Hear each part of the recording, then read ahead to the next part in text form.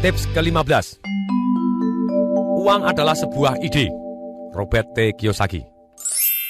Zaman dahulu ketika sekelompok orang beternak ayam, mereka ingin mendapatkan ikan, maka mereka akan pergi kepada orang yang memiliki ikan sambil membawa ayamnya untuk ditukar dengan ikan.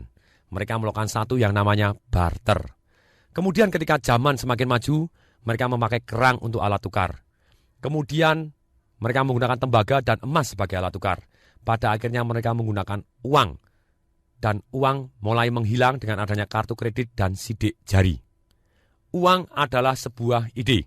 Sebagai contoh misalnya, kalau kita bawa uang rupiah kita pergi ke Uni Soviet. Dan mereka pasti tidak akan mau menerima karena mereka tidak mempunyai ide terhadap apa yang kita tunjukkan.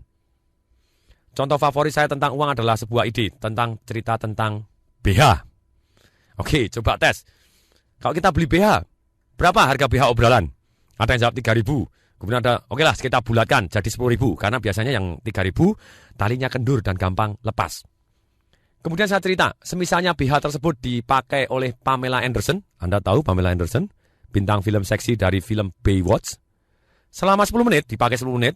Kemudian BH tersebut ditandatangani dan dikasih lipstik, dicium, dan kemudian dilelang. Apa yang jadi? Ternyata BH tersebut harganya meningkat.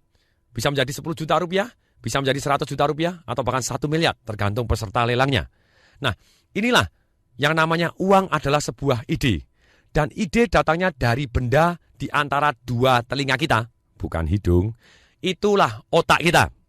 Ide ini diproduksi dengan cara berpikir, dan berpikir adalah gratis. Dan apabila benar bahwa berpikir itu adalah gratis, maka sebaiknya kita berpikir besar.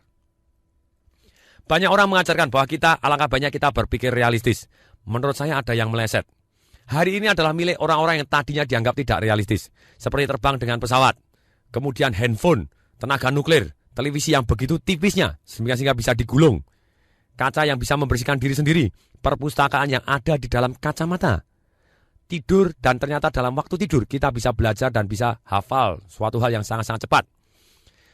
Masa depan ini adalah milik orang-orang yang hari ini memiliki goal yang dianggap tidak realistis, tapi mereka mempunyai alasan yang sangat kuat dan mereka mengejar goalnya tadi. Goal kita boleh tidak masuk akal, tetapi rencananya harus masuk akal.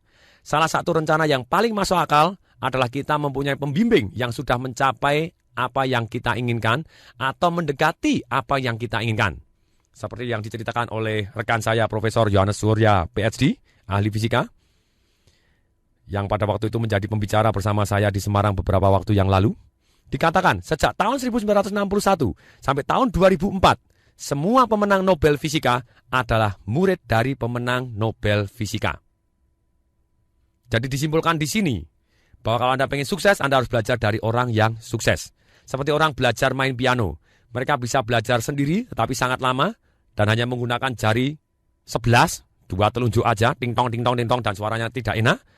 Tapi mereka juga bisa mencurahkan uang dan waktu untuk masuk kelas dengan seorang pengajar yang sudah bisa main piano, maka mereka akan belajar lebih cepat dan akhirnya bisa memainkan piano dengan baik. Apabila kita kepingin kaya, kita harus masuk kelas, mencurahkan uang, waktu, serta konsentrasi kita untuk belajar dari orang-orang yang sudah melakukan. Ini akan mempercepat daripada kita coba-coba sendiri.